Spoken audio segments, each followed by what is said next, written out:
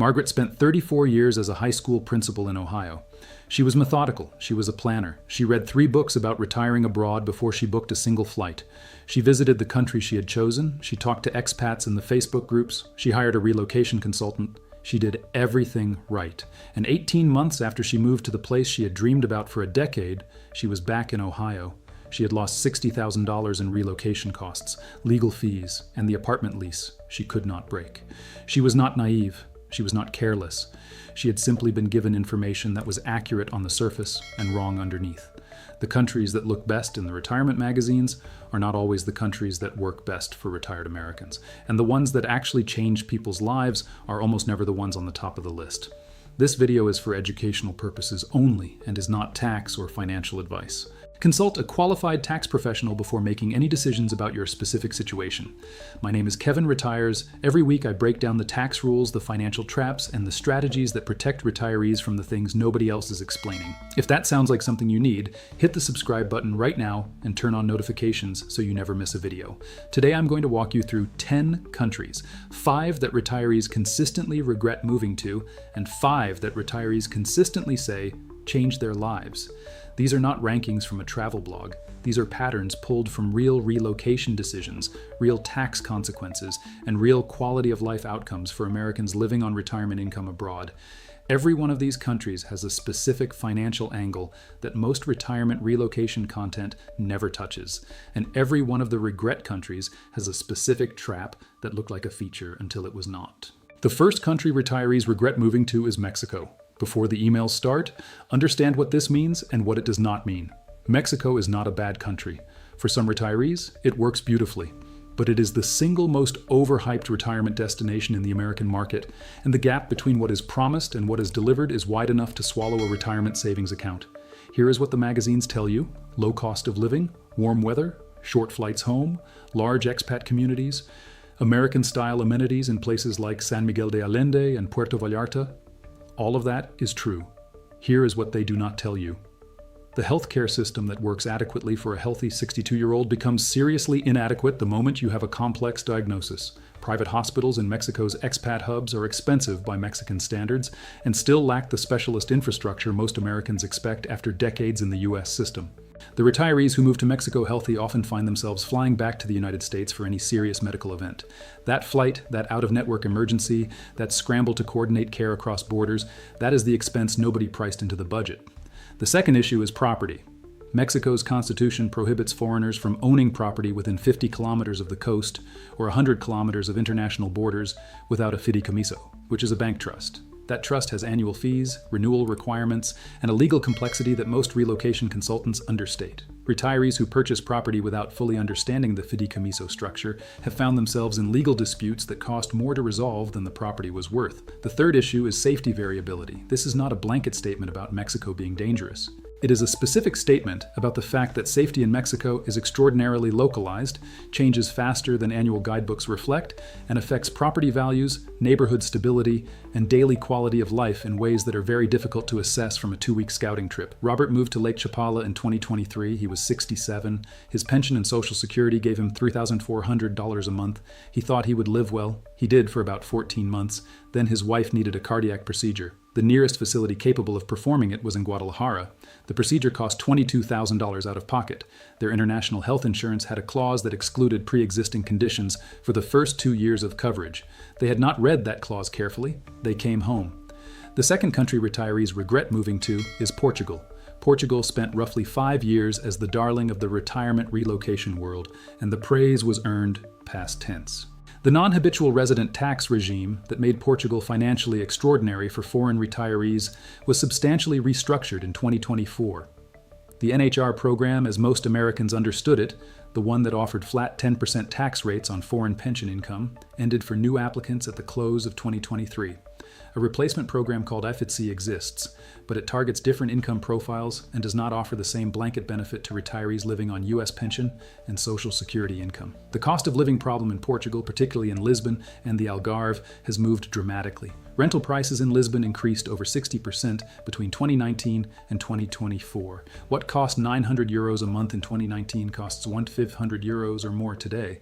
The retirees who locked in leases early did well. The retirees arriving now are looking at a Portugal that is considerably more expensive than the one they researched, living under a tax regime that no longer offers the advantages that generated all the enthusiasm. The language barrier is also consistently underestimated. Portuguese is not Spanish. The bureaucracy is conducted entirely in Portuguese. The healthcare navigation, the residency permit process, the tax filings, all of it requires either fluent Portuguese or a local support infrastructure of lawyers, accountants, and translators that itself costs money every single month. Linda moved to the Algarve in 2022 at age 64. She loved it for the first year. By year 2, her rent had increased 30% at renewal. Her NHR application had just been approved, but the restructuring meant the tax benefit she had projected was significantly reduced. Her total monthly cost of living was now 40% higher than she had modeled. She was not broke. But she was no longer living the arbitrage she had planned. She is currently evaluating her options. The third country retirees regret moving to is Bali, Indonesia. Bali is extraordinary to visit. It is a deeply complicated place to live as a retired American, and the complications are almost entirely invisible during a vacation. Indonesia does not have a formal retirement visa in the way most Southeast Asian countries do. The visa options available to foreign retirees involve regular renewals, restrictions on activities, and a legal ambiguity around property ownership that makes Mexico's fideicomiso look straightforward. Foreigners cannot own freehold property in Indonesia. The workarounds that exist, nominee arrangements, long-term lease structures, carry legal risk that Indonesian courts have repeatedly demonstrated they will not resolve in favor of the foreigner. Retirees who have spent significant money building or renovating properties on land they do not legally own have lost those properties when the arrangement collapsed. The healthcare situation in Bali is more serious than the wellness tourism industry suggests. Bali's hospitals are adequate for routine care. For anything beyond routine care, the standard destination is Singapore, which is a short flight but an extremely expensive medical system. An uninsured or underinsured medical evacuation to Singapore can cost $50,000 before a single procedure begins. The digital nomad infrastructure of Bali, the cafes, the co-working spaces, the expat social scene, skews extraordinarily young. Retirees in their late 60s and 70s consistently report feeling socially invisible in an environment built for people in their 30s working remotely. The fourth country retirees regret moving to is Italy. Italy is the dream. It is also the country where the dream collides most directly with Italian bureaucracy, and Italian bureaucracy is in a category of its own. The elective residency visa that most American retirees use to move to Italy requires proof of passive income, currently a minimum of roughly 31,000 euros per year for a single applicant, a mountain of notarized and apostilled documentation, and an appointment at an Italian consulate that in some U.S. cities has a waiting list measured in months. Italy's flat tax regime for new residents, a €100,000 annual flat tax on all foreign-sourced income, sounds attractive until you do the math.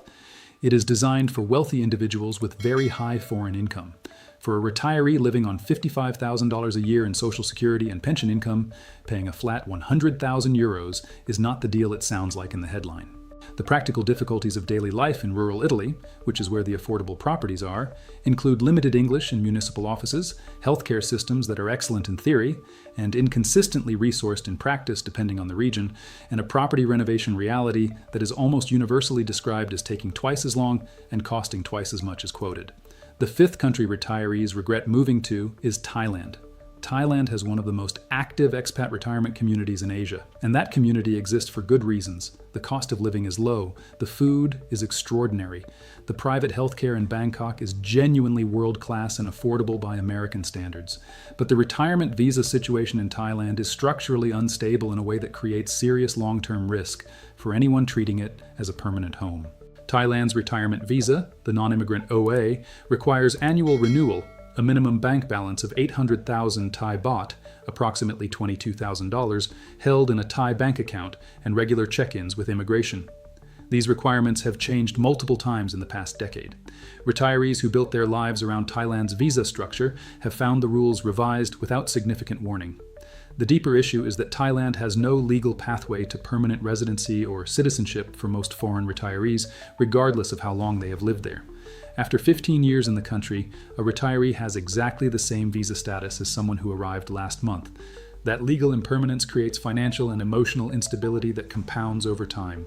If this is helping you see the difference between how these countries are marketed and how they actually function for retired Americans, hit the like button right now and share this with any retiree who is researching a move abroad. subscribe and turn on the bell so you never miss a video like this one.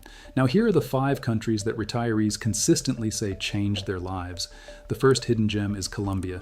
Medellin specifically has become one of the most recommended retirement destinations among Americans who have actually lived in multiple countries. The reasons are specific and financial. Colombia's pensioner visa, the Visa de Pensionado, requires proof of a monthly pension income of 3 times the current Colombian minimum wage, which as of 2026 is approximately $870 USD per month. That is one of the lowest income thresholds for a legal retirement visa anywhere in the world. The cost of living in Medellin's established neighborhoods, El Poblado, Laureles, Envigado, allows a comfortable life on $1,800 to $2,500 per month, including rent, healthcare, food, transportation, and entertainment. The private healthcare infrastructure in Medellin is sophisticated, affordable, and staffed with physicians who trained internationally. A private doctor's appointment costs between $20 and $40 USD. A dental procedure that costs $3,000 in the United States costs $400 in Medellin.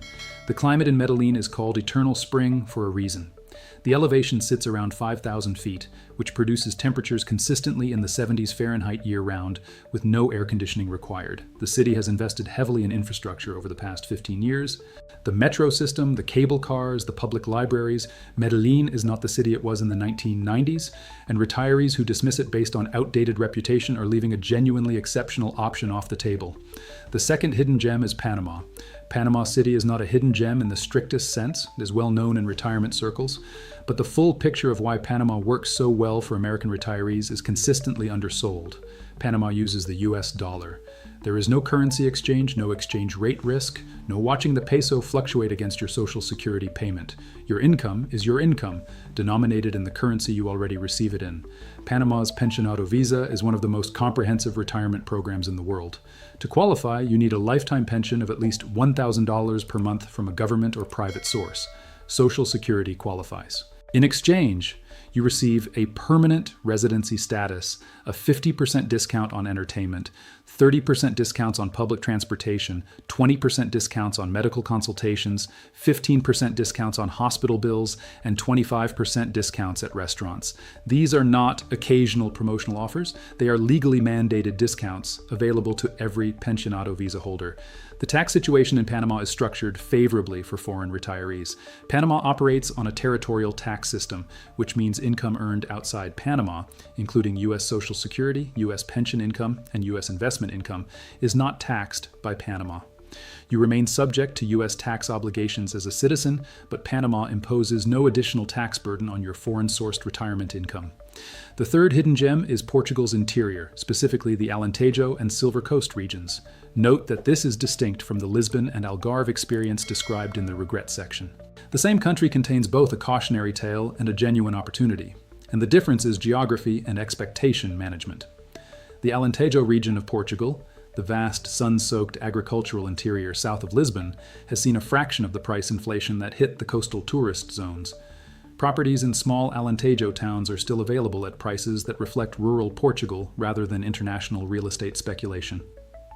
The Silver Coast, the stretch of Atlantic coastline north of Lisbon running through towns like Caldas da Rainha and Óbidos, offers a dramatically lower cost base than the Algarve with the same Portuguese quality of life.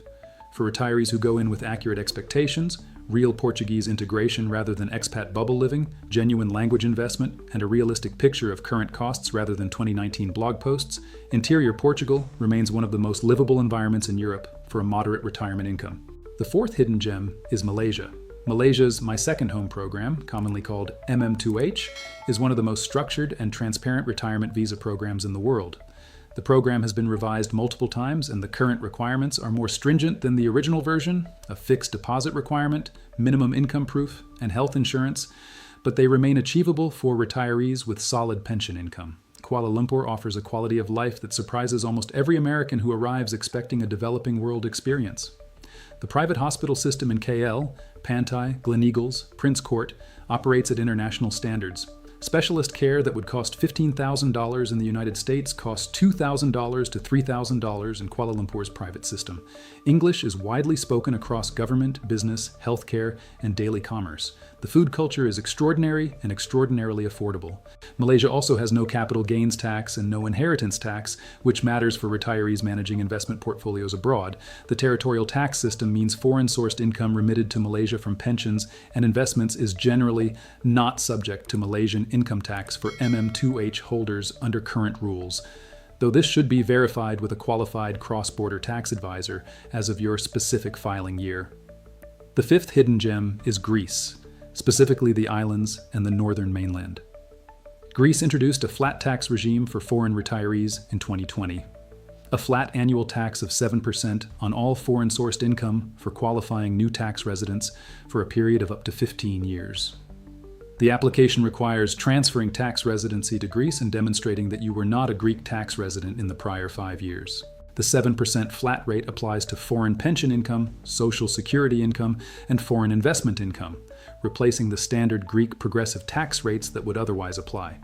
To put a number on it, a retiree with $60,000 in annual foreign income pays approximately $4,200 in Greek income tax. A retiree with $90,000 pays approximately $6,300.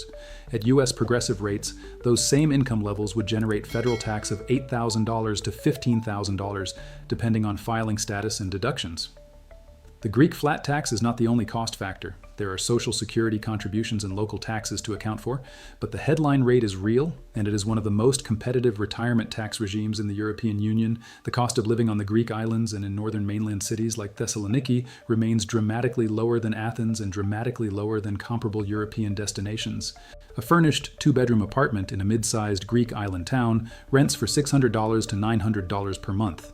Fresh food, local wine, healthcare through the national system supplemented by private insurance, a comfortable life in Greece on $2,500 to $3,500 per month is genuinely achievable. Here is your action checklist before you make any international retirement decision. Research the current visa program, not the version that was written about 3 years ago. Visa programs change. Income thresholds change. Tax treaties change. Verify the current requirements directly from the country's immigration authority or from an immigration attorney licensed in that country. Verify the tax treaty between the United States and any country you are considering. The U.S. taxes its citizens on worldwide income regardless of where they live. A tax treaty may reduce or eliminate double taxation, but you must understand exactly which treaty provisions apply to your income types, Social Security, pension, investment income, before you move. Calculate your actual monthly cost at current prices, not blog post prices, rent, private health insurance, out-of-pocket medical, transportation, flights home, and the professional services you will need, accountant, attorney, translator, are all real line items. Understand the healthcare evacuation scenario. Ask yourself, if I need a procedure that this country cannot perform, where do I go, how do I get there, and what does it cost? Model that expense before you commit. Rent before you buy. In every country on this list, regret or gem, the retirees who rented for at least 12 months before purchasing property made significantly better decisions than those who bought within the first 6 months. Consult a cross-border tax professional before you move, not after. The interaction between your U.S. tax obligations, the foreign country's tax treatment, and any applicable tax treaty is complex. A mistake made before you establish foreign residency can be corrected. A mistake made after you file 2 years of returns in the wrong structure is considerably more expensive to unwind.